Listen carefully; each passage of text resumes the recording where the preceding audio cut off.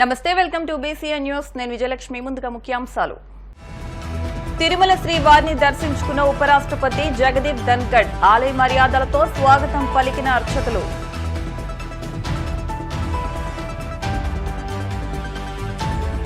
YCP కుట్రలను అడ్డుకుంటామన్న పిఠాపురం మాజీ MLA Varma Pithapuram నియోజకవర్గంలో భారీగా మద్యం డబ్బు దాచిపెట్టారంటూ ఆరోపణ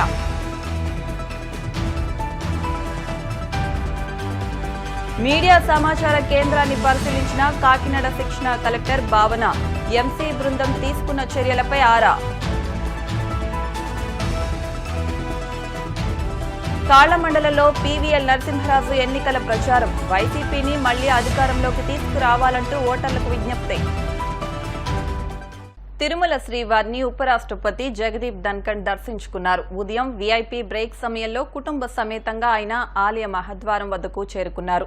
టీటీడీ ఈవో ధర్మారెడ్డి అర్చక బృందం ఆలయ మర్యాదలతో స్వాగతం పలికారు. శ్రీవారిని దర్శించుకున్న అనంతరం జగదీప్ ధన్కడ్ ను రంగనాయకుల మండపంలో వేద పండితులు ఆశీర్వదించగా EO Dharma Reddy TTD diary, calendar, తీర్థ ప్రసాదాలు అందజేశారు. అనంతరం ఉపరాష్ట్రపతి మీడియాతో మాట్లాడుతూ దేశంలోని ప్రజలందరూ సుఖ సంతోషాలతో ఉండాలని శ్రీవారిని ప్రార్థించినట్టు తెలిపారు.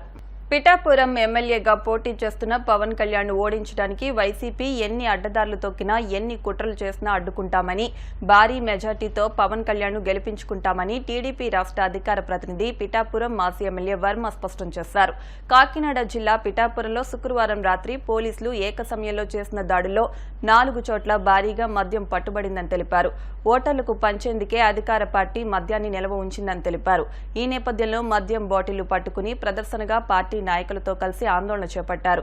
ఈ పట్టుబడ్డ మద్యం ముమ్మాటికి అధికార పార్టీకి చెందిందే అని, పిఠాపురంలో ఇంకా భారీగా మద్యం నగదు దాచి ఉంచారని, దాన్ని కూడా పట్టుకుని దాని వెనుక ఉన్న వారి పేర్లు బయటపడతామని అన్నారు. వైఎస్ఆర్సీపీ నాయకులు ఆ ఎమ్మెల్యే ఆధ్వర్యంలో దాశారు.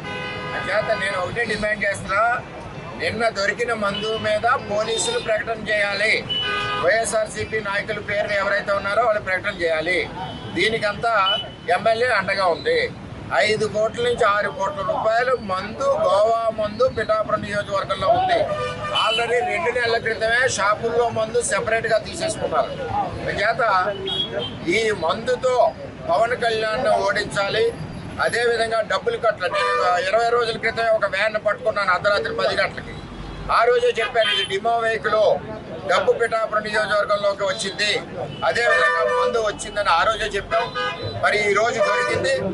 డబ్బు కట్లు కూడా ఇంటికి ₹1,00,000 ఇస్తా ఉన్నారు. డబ్బు కట్లు కూడా నియోజకవర్గంలో ఎక్కడున్నాలో తీయాలని చెప్పి నేను తెలియజేస్తా ఉన్నాను. ఎక్కడి నుంచి వస్తుంది ఈ డబ్బు? ఈ జగన్మోహన్ రెడ్డి అవినీతి సొమ్ము ఎక్కడి నుంచి వస్తుంది? వంగాగీతకి డబ్బు ఎక్కడి నుంచి వస్తుంది అన్నది ఇక్కడ ఎమ్మెల్యే అభ్యర్థి చెప్పాలి. గీత గారు ఓడిపోతామన్న ఒక భయంతో ఓడిపోయామని ఆవిడకి తెలుసు. అంచేత మద్యం మత్తులో ప్రజలను పడేస్తే ఓటు వేయడానికి పవన్ కళ్యాణ్కి ఆ రోజు వెళ్ళరని చెప్పి 5-6 కోట్ల మంది అండి మధ్య లేకుండా ఉంది. నాకు అర్థమవుతుంది. అంటే కుళాయిలు వచ్చినట్టు వచ్చేద్దాం మందు పిఠాపురాన్ని ఆ విధంగా చేస్తా ఉన్నారు. వంగా గీత గారు ఓడిపోతున్నామని ఆవిడకి తెలుసు. 5 ఏళ్లు నేను కనపడలేదు, ప్రజలు తిరగబడుతున్నారు చూసింది. అంచేత ఏదోలాగా పవన్ కళ్యాణ్ గారిని ఓడించాలంటే 2 మార్గాలు, మందు డబ్బు, మందు డబ్బు, మందు డబ్బు. ఇంకా కావాలంటే 1,00,000 కాదు 2 లక్షలు అడగండి, అవినీతి సొమ్మే. మన డబ్బేది పవన్ కళ్యాణ్కి ఓటేస్తా ఉన్నారు ప్రజలు కూడా. ఏదంటే ఎంత డబ్బు ఇచ్చినా అవినీతి సొమ్ము. ఎవరి సొమ్ము అది? ప్రజల నుంచి గుంజుకున్న సొమ్ము. ఇదే వైన్ షాపుల నుంచి గుంజుకున్న సొమ్ము ప్రజలు తీసుకుంటారు. నీతివంతుడైన వాడికి ఇస్తారు. అంతే భయపెడతా ఉన్నారు. అన్ని రకాల వర్గాల్ని భయపెడతా ఉన్నారు. నేను ఒకటే విజ్ఞప్తి చేస్తున్నా, మీరు ఎంతమంది భయపెట్టినా, ఎన్ని వందల మంది వచ్చినా సింహం సింగిల్గానే వస్తుంది. అంచేత మిగిలిన ఎన్ని వచ్చినా పేర్లు నా నోటితో చెప్పకూడదు, అరిసిపోవాలి అంతే తప్పితే పవన్ కళ్యాణ్ ఏమీ పీకలేదు. సాధారణ ఎన్నికల నిర్వహణలో భాగంగా కలెక్టరేట్లో ఏర్పాటు చేసిన మీడియా సమాచార కేంద్రం ఎంసీని కాకినాడ జిల్లాకు నియమితులైన శిక్షణ కలెక్టర్ హెచ్ఎస్ భావన శనివారం సందర్శించారు. ఈ సందర్భంగా మీడియా సర్టిఫికేషన్, మానిటరింగ్ కమిటీ తీరు, వివిధ రాజకీయ పార్టీల అభ్యర్థులకు ఇస్తున్న ప్రచారం అనుమతులు, రాజకీయ పార్టీ అభ్యర్థుల వారీగా ఎన్ని అనుమతులు మంజూరు చేశారు వంటి వివరాలను అడిగి తెలుసుకున్నారు. ఇప్పటి వరకు ఎన్నికలపై వివిధ దినపత్రికలో ప్రచురితమైన వార్తల వివరాలను ఆరా తీశారు. ప్రింట్, ఎలక్ట్రానిక్ మీడియాలో పత్రికల్లో ఇప్పటి వరకు ప్రచురించిన ప్రకటనలు, వాటి ఖర్చుల వివరాలు, సంబంధిత రిటర్నింగ్ వ్యయ బృందాలకు పంపించిన వివరాలను ట్రైనీ కలెక్టర్ పరిశీలించారు. అభ్యంతరకర దృశ్యాలు, వాటిని తొలగించేందుకు ఎంసీ బృందం తీసుకున్న చర్యలు అడిగి తెలుసుకున్నారు.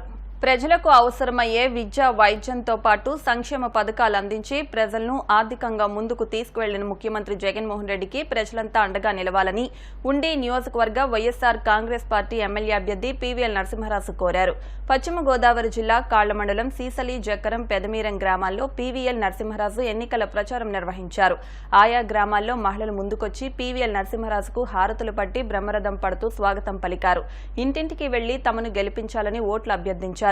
ఆయా గ్రామాల్లో రాజ్యాంగ నిర్మాత బీఆర్ అంబేద్కర్ విగ్రహాలకు పూలమాలలు వేసి నివాళులర్పించారు.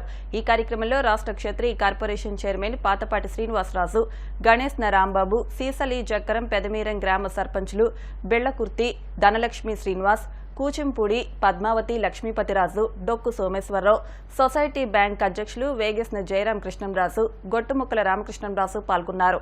5 ఏళ్ల వైసీపీ పాలనతో విసిగిపోయిన ఏపీ ప్రజలు చంద్రబాబుకు అధికారం కట్టబెట్టేందుకు ప్రజలు ఎదురు చూస్తున్నారని కాకినాడ సిటీ అసెంబ్లీ నియోజకవర్గ టీడీపీ, జనసేన, బీజేపీ కూటమి ఎమ్మెల్యే అభ్యర్థి వనబాడి కొండబాబు పేర్కొన్నారు.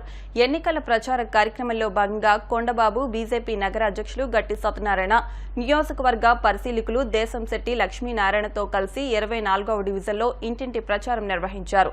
సైకిల్ గుర్తుపై ఓటు వేసి ఎమ్మెల్యేగా తనను, గ్లాస్ గుర్తుపై ఓటు వేసి తంగళ్ల ఉదయ్ శ్రీనివాస్ ని ఎంపీగా గెలిపించాలని కోరారు. ఈ సందర్భంగా కొండబాబు మాట్లాడుతూ 5 ఏళ్ల వైసీపీ పాలనతో విసుగు చెందిన ప్రజలు చంద్రబాబు నాయకత్వంలోని తెలుగుదేశం, జనసేన, బీజేపీ కూటమి ప్రభుత్వం వైపు చూస్తున్నారని అన్నారు. ఈ కార్యక్రమంలో జనసేన నాయకులు సంగిశెట్టి అశోక్, టీడీపీ నగర అధ్యక్షులు మల్లిపూడి వీరు, టీడీపీ నగర ఉపాధ్యక్షులు మమతా శ్రీను, నాయకులు పాలిక నాని, పెదపూడి కుమార్, మరియమ్మ, బద్దే శివకుమార్, కంది కృప, పెదపూడి ప్రసాద్, పాలిక సూర్య, శ్రీనివాస్ చౌదరి, మార్గదర్శి వెంకటేశ్వరరావు తదితరులు పాల్గొన్నారు. నిమిత్తం ఓట్లు అభ్యర్థించడం కోసం 24 వార్డులో పర్యటిస్తున్నాం. ఆ సందర్భంగా 24 వార్డులో ఆనాడు మా ప్రభుత్వం అధికారంలో ఉన్నప్పుడు, తెలుగుదేశం ప్రభుత్వం అధికారంలో ఉన్నప్పుడు, నేను శాసనసభ్యులుగా ఉన్నప్పుడు చేసిన అభివృద్ధి తప్ప కొత్తగా ఏం చేయలేదండి. ఇక్కడ చేయలేదు కదా కొన్ని పనులు మేము ప్రారంభించినవి కూడా పూర్తి చేయలేకపోయారు. ఈ రోజున ఉదాహరణ చెప్తాను. ఇక్కడ అన్నంగాడి సెంటర్ నుంచి స్టార్ట్ అవుతుంది. అక్కడ తెలుసు అన్నంగాడి చెరువు తెలుసు మీకు, పుట్టి చెరువు ఉండేది అక్కడ. ఆ రోజు అడిగారు కొండబారు ఇక్కడ పార్క్ డెవలప్ చేసి వాకింగ్ ట్రాక్ ఇస్తే మేము ఇక్కడ వాకింగ్ చేసుకుంటాం, ఒక మంచి వాతావరణం తీసుకురామంటే ఆ రోజు చుట్టూ ప్రారి గోడ కట్టించి వాకింగ్ ట్రాక్ ఇచ్చి మధ్యలో బుద్ధుడి విగ్రహం పెట్టాం ఆ చెరువు మధ్యలో. ఎందుకంటే అమరావతి వెళ్ళే దారి, అమరావతికి వెళ్ళే విజయవాడ దారి అని చెప్పి బుద్ధుడి విగ్రహం కూడా పెట్టాం. తర్వాత రోడ్డు ద్వారా చాలామంది పాకలు వేసుకుని ఉంటే వాళ్ళందరినీ ఖాళీ చేయించి పట్టాలు వేరే చోటు ఇచ్చి అదంతా కూడా సుందరంగా చేయాలనుకున్నాం. మేము ఓడిపోయామండి, అధికారం పోయిందండి. ఆ రోడ్డు వార స్థలం 1500 గజాలు నాదని చెప్పి ఒక డాక్యుమెంట్ పెట్టుకుని వచ్చాడు ఒక వ్యక్తి. వెంటనే ఇక్కడ వాళ్ళందరూ చెప్తే నేను వచ్చి దాన్ని అడ్డుకున్నాను. మీ మీడియా కూడా వచ్చింది ఆ రోజు, మీ మీడియా వాళ్ళు కూడా వచ్చారు. అది అడ్డుకోవడం జరిగింది. అడ్డుకున్న తర్వాత అప్పటి నుంచి ఇప్పుడు చూస్తే అధికారం 5 సంవత్సరాలు అయిపోయిన తర్వాత పార్కింగ్ డెవలప్ చేయదు, అలాగే ఉంది. ఎంత దారుణం అండి. పేదవాళ్ళందరూ కూడా ఇదివరకు గతంలో ఇచ్చిన పట్టాలు ఇవన్నీ కూడా పేదవాళ్ళు ఉండి ప్రాంతం, అది హౌసింగ్ బోర్డులో పట్టాలు ఉండిపోయినాయి. ఈ గవర్నమెంట్ ఏం చెప్తుంది, 1 టైం సెటిల్మెంట్ ఓటీఎస్ అని పేరుతో మీరు 20,000 కడితే చాలు పట్టా మీ చేతికి ఇచ్చేస్తాం. ఆ పట్టా తీసుకుంటే మళ్ళీ బ్యాంక్ లోన్ తీసుకొచ్చి బ్యాంకులో పెట్టుకోవచ్చు అని చెప్పి 20,000 కట్టించి తీసుకున్నారండి. వాళ్ళు పట్టాలు ఇచ్చారు. ఆ పట్టాలు పట్టుకుని బ్యాంక్ వెళ్తే ఇది ఎందుకు పనికిరాదు, ఇది 4 గీసుకుని పని చేయదని చెప్పేసి ఏ ఒక్కరికి కూడా వాల్యూ లేకుండా చేశారు ఆ పట్టాన్ని. గతంలో పట్టా ఉన్నదాన్ని గౌరవంగా ఇంకోళ్ళకి అమ్ముకునేవారు చేసుకున్నారు. ఆ పట్ట దేనికి చెల్దంటున్నారంటే అదో మోసం. ఎంత పెద్ద మోసం అంటే అదేవిధంగా చాలామంది ₹1,00,000 ఇల్లు కట్టారు ఇక్కడ, కిట్కో ఇల్లుకి. ఆ ఇల్లు ఇవ్వలేదు, అది మోసం. సరే కొంతమందికి ఏం చేశారంటే ₹1,00,000 కట్టిన వాళ్ళకి మీకు ఇల్లు ఇస్తానని చెప్పి కొమ్మరిగిల్లు ఇల్లు ఇచ్చి ఈ ₹1,00,000 కట్టిన ₹1,00,000 8 సంవత్సరాల తర్వాత ఉట్టి ₹1,00,000 ఇచ్చారు వీళ్ళకి. దానికి వడ్డీ అంతా పోయింది.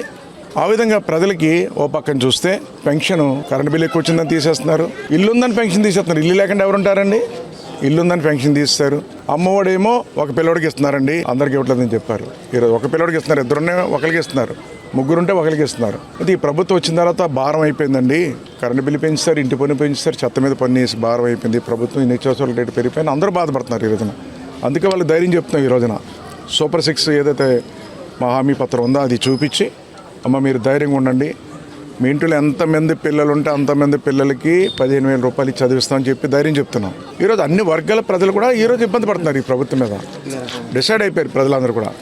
ఈరోజు ఈ రాష్ట్రంలో కాకినాడ ఒకటే కాదు, ఎక్కడ ఎలక్షన్ జరుగుతుందో అక్కడ తెలుగుదేశం పార్టీ పోటీ చేసిన చోట సైకిల్ గుర్తు కొట్టేయాలని చూస్తున్నారు ప్రజలు. ఎక్కడైతే జనసేన పార్టీ పోటీ చేస్తుందో గ్లాస్ గుర్తు కొట్టేయాలని చూస్తున్నారు. ఎక్కడ బీజేపీ పార్టీ పోటీ చేస్తుందో కమలం గుర్తు కొట్టేయాలని చూస్తున్నారు. అంటే కూటమి ప్రభుత్వాన్ని మనం ఈ రాష్ట్రంలో రప్పించుకోవాలి, మనం బాగుపడాలని ప్రజలు డిసైడ్ అయ్యారు.